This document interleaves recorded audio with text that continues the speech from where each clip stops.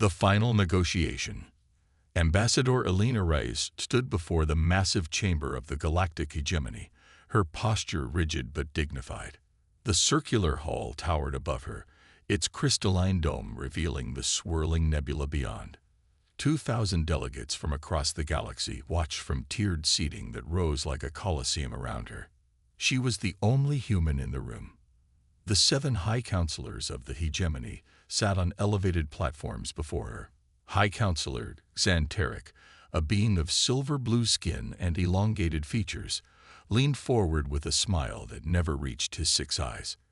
Ambassador Reyes, his voice echoed through the chamber's perfect acoustics. Earth has been granted many privileges since joining the hegemony. Protection from the Void Scourge, access to our technology, trading rights in 17 sectors. And yet your world refuses to honor the simplest of obligations. Helena didn't flinch. For 40 years, Earth had endured the hegemony's protection, a relationship that had started with promises of galactic brotherhood, but had devolved into thinly veiled exploitation. Humans were considered useful but primitive, relegated to providing raw materials and labor to the elder races. High Counselor, she replied, her voice steady.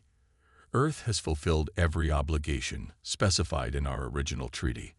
We have provided the minerals, the water exports, and the military support you requested. What we cannot accept are these new demands. A murmur rippled through the chamber. The Zilak representative, a mantis-like being, clicked its mandibles in disapproval. Xanteric's facial ridges darkened. You refer to our reasonable request for access to Earth's biosphere reserves. For medical research that benefits the entire galaxy. Elena had reviewed the research proposal. It would strip Earth's last protected ecosystems for compounds that would be synthesized into luxury pharmaceuticals for the wealthy. Previous reasonable requests had already depleted 3 ocean regions and a rainforest. I refer to all 7 new demands presented to us last cycle, Elena clarified, including the establishment of hegemony military bases on Earth and the conscription of human soldiers for your border conflicts. Security measures, Xanteric dismissed with a wave of his long-fingered hand. Nothing more. Occupation, Elena countered, and the beginning of direct rule. The chamber erupted in outrage. Elena stood unflinching as insults in a dozen languages echoed around her. She had expected this. The hegemony was not accustomed to refusal from lesser species. The Drakari representative, Admiral Vor, stood from his seat, his scaled face contorted with rage. Humanity forgets its place. Without our technology, you would still be confined to your single, insignificant world. Elena allowed the tumult to continue for a moment before speaking again. Earth is grateful for the technological exchange we've enjoyed. But we now possess our own understanding of much of this technology. What we lack in age, we've made up for in adaptation. High Counselor Xanteric raised a hand, silencing the chamber. His voice dropped to a dangerous tone. Are you suggesting Earth no longer needs the hegemony's protection? That would be unwise. The threat was unmistakable. Every species that had ever defied the hegemony had faced consequences, from trade embargoes to military pacification. I am not here to suggest anything, Elena replied calmly.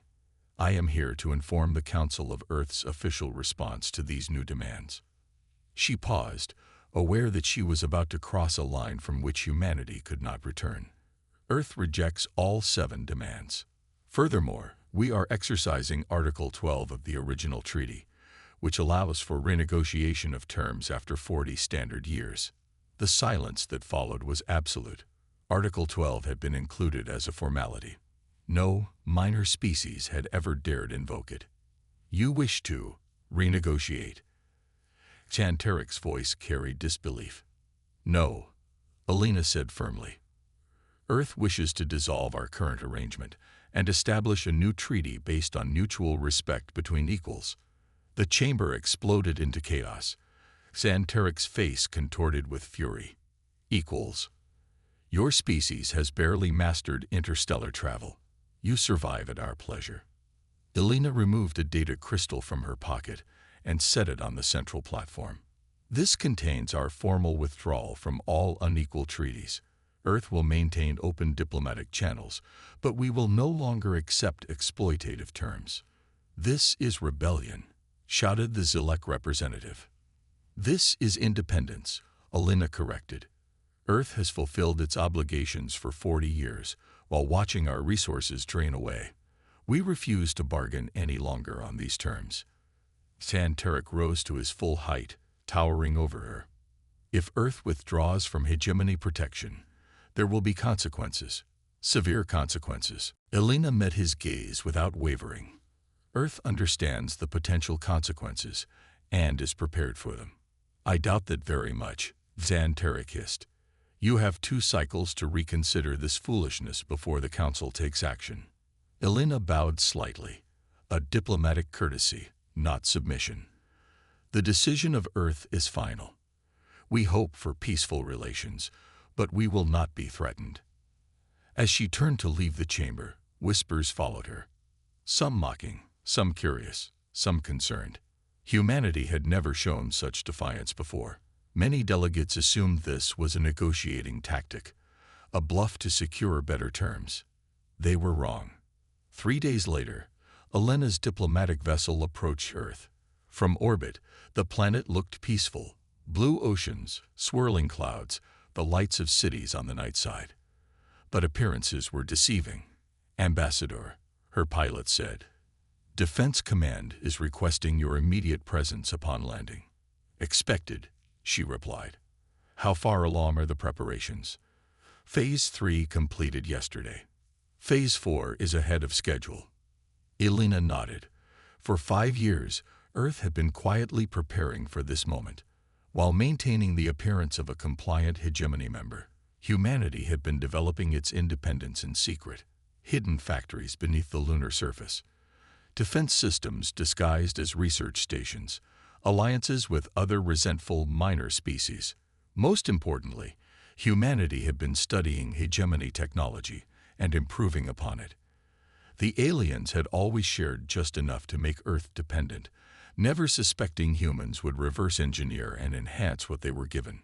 Her shuttle descended through the atmosphere, landing at the Singapore spaceport. General Maya Santos was waiting on the platform, her uniform bearing the new insignia of Earth's United Defense Force. How did they take it? The general asked without preamble. Exactly as predicted, Alina replied.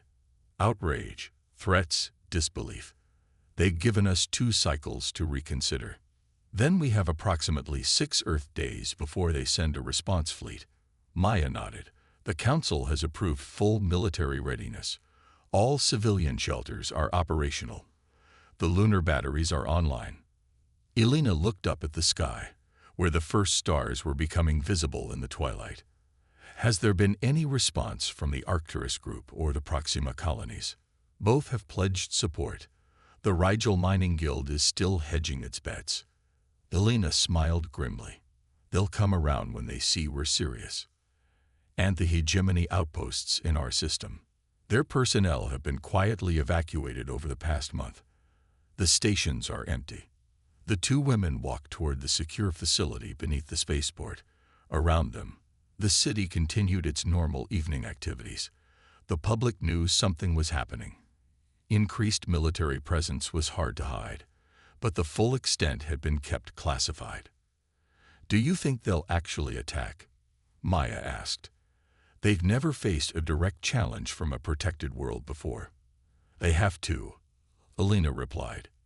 If they allow one minor species to break away, others will follow.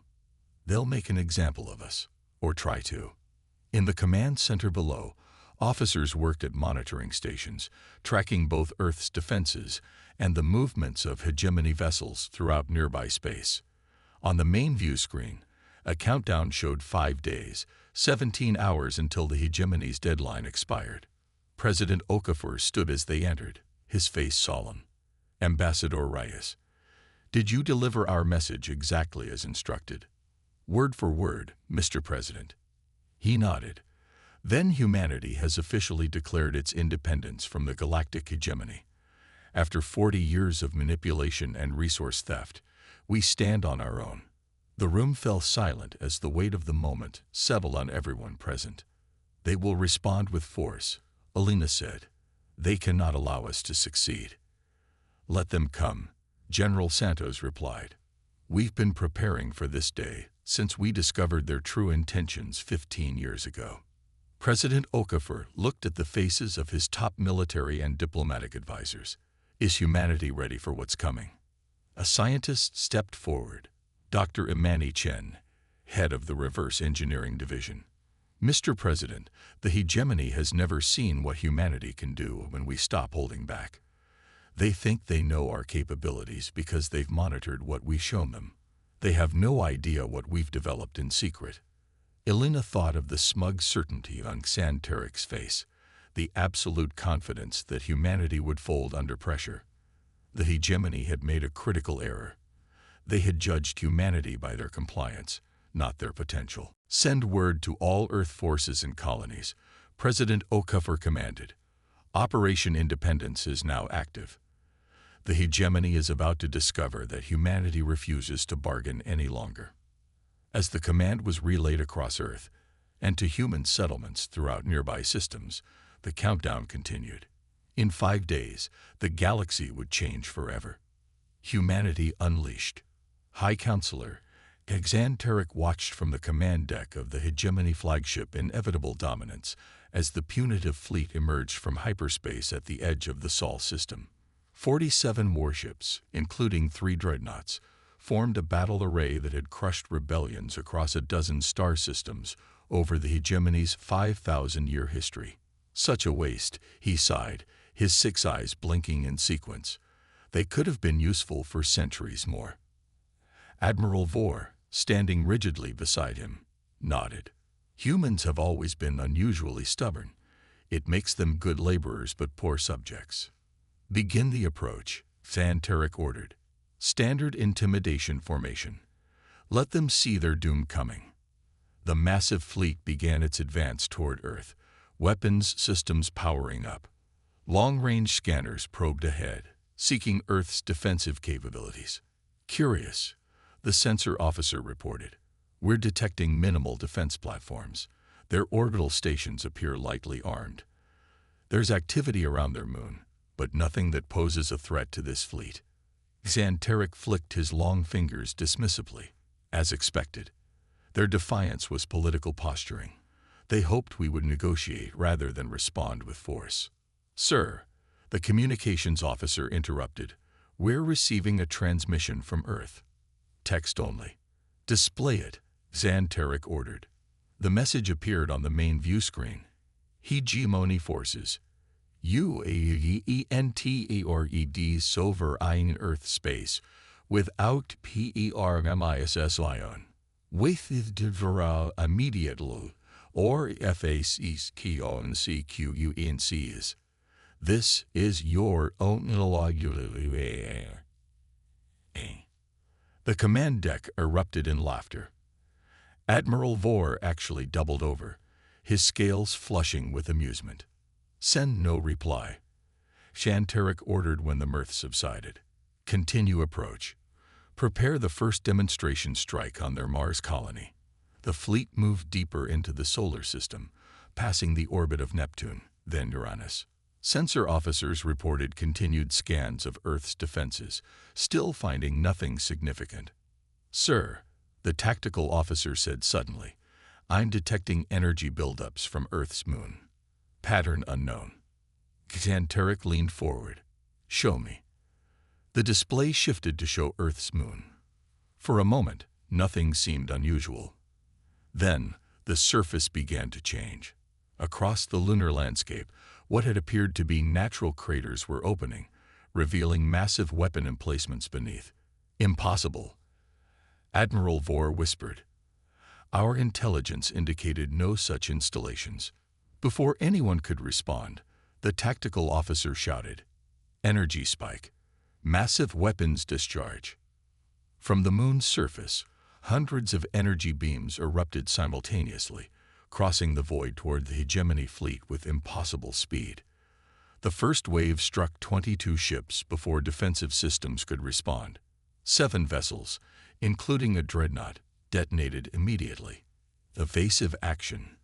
Vor bellowed. All ships returned fire. The remaining ships scattered, trying to establish a defensive formation. A second wave of energy beams followed the first, destroying 9 more vessels. "What is this?" Shantarik demanded, gripping his command chair as the flagship shuddered under emergency maneuvers. "Those weapons are beyond human technology." On the tactical display, new threats appeared. From behind Earth's moon, a fleet of warships emerged, sleek, angular vessels unlike the bulky human ships the hegemony had previously seen. They moved with incredible speed, targeting the scattered hegemony vessels with precision strikes. "Sir," the communications officer reported, voice shaking, "we're being hailed. Video transmission." Shantarik hesitated, then nodded. The screen shifted to show a human woman in a military uniform, General Maya Santos. "High Counselor," she said calmly, "as you can see, Earth is not as defenseless as you believed. For 15 years, we've been reverse engineering and improving upon every piece of technology you've shared with us. The weapons you're facing are of our own design, based on principles your scientists abandoned centuries ago." Shantarik stared in disbelief as another hegemony vessel exploded on the tactical display. "This is impossible. Your species lacks the capability." "Your arrogance is showing, Counselor," Maya interrupted. "You assumed because we complied with your demands, we were weak. You never considered we might be biding our time, learning your weaknesses, preparing for this day." All around the inevitable dominance, the hegemony fleet was in disarray. The remaining dreadnought listed to one side, its propulsion systems failing. Earth's ships moved with coordinated precision, targeting critical systems rather than attempting to destroy vessels outright. "We've also had help," Maya continued. "Many of your lesser species have been quietly supporting us. The Arcturians provided shielding technology. The Proxima engineers helped design our lunar defense network. Even some of your own people who disagreed with hegemony policies contributed." Admiral Vor snarled, "This is treason. Rebellion." "This is liberation," Maya corrected. "The beginning of a new galactic order where species are judged by their character, not their age or military might." On the tactical display, the situation was deteriorating rapidly. Of the original 47 ships, only 19 remained operational. Earth's forces were now surrounding the flagship. "What do you want?" Shantarik finally asked, his voice hollow. "The same thing we wanted before. Recognition as equals and fair treatment. The hegemony can continue to exist, but as a true cooperative of species, not an empire of exploitation." Shantarik's mind raced. This defeat was unprecedented in hegemony history. If he returned home in failure, his position would be forfeit. Yet continuing the battle meant certain destruction. "And if we refuse?" Maya's expression hardened. "Then we continue this demonstration until none of your ships remain. And then we take the fight to the hegemony core worlds. We've mapped all your key military installations. We know your weaknesses. We've prepared for this for over a decade." From the corner of his eye, Shantarik saw Admiral Vor reach for his sidearm. Before he could draw it, 2 bridge officers tackled him to the ground. "I've always disagreed with the hegemony's treatment of Earth," one of the officers said, pressing Vor's face to the deck. "Many of us have. Today we choose the right side." Shantarik slumped in his command chair. Surrounded by Earth's advanced ships, betrayed by his own crew, he had no choice. "We accept your terms," he said quietly. "The hegemony will recognize Earth as a sovereign and equal power." "A wise decision," Maya replied. "You will remain in orbit while we establish the framework for new relations. Your surviving ships will be allowed to return home once agreements are signed." The transmission ended, leaving the command deck in silence. Shantarik stared at the view screen, where Earth rotated peacefully against the backdrop of space. How had they miscalculated so badly? 3 days later, in the same Singapore command center, where Operation Independence had been coordinated, Alina Reyes watched the signing of the Treaty of Sol. Representatives from 27 species, including 7 former hegemony high counselors, affixed their signatures or genetic markers to the document. President Okafor completed the ceremony with Earth's signature. "Today marks a new chapter in galactic history," he announced. "One where all intelligent species are recognized as equals, regardless of their technological development or military strength." As the gathering dispersed into smaller groups, Tarek approached Alina. "You planned this for years," he said, his voice a mixture of accusation and reluctant admiration, all while pretending to be compliant vassals. Alina smiled. "We learned patience from the Arcturians and strategy from the Drakari. We took the best qualities from every species we encountered while you saw only our weaknesses. And now humanity takes its place among the stars as partners, not servants. The new Galactic Alliance will replace the hegemony, with decisions made by consensus rather than decree." From the viewports of the command center, they could see the lights of Singapore spreading out below. Beyond the city, the planet continued its ordinary rhythms, oceans ebbing and flowing, forests growing, people living their daily lives. But everything had changed. Humanity had refused to bargain any longer, and in doing so, had liberated not just themselves but dozens of oppressed species. The galaxy would never be the same again.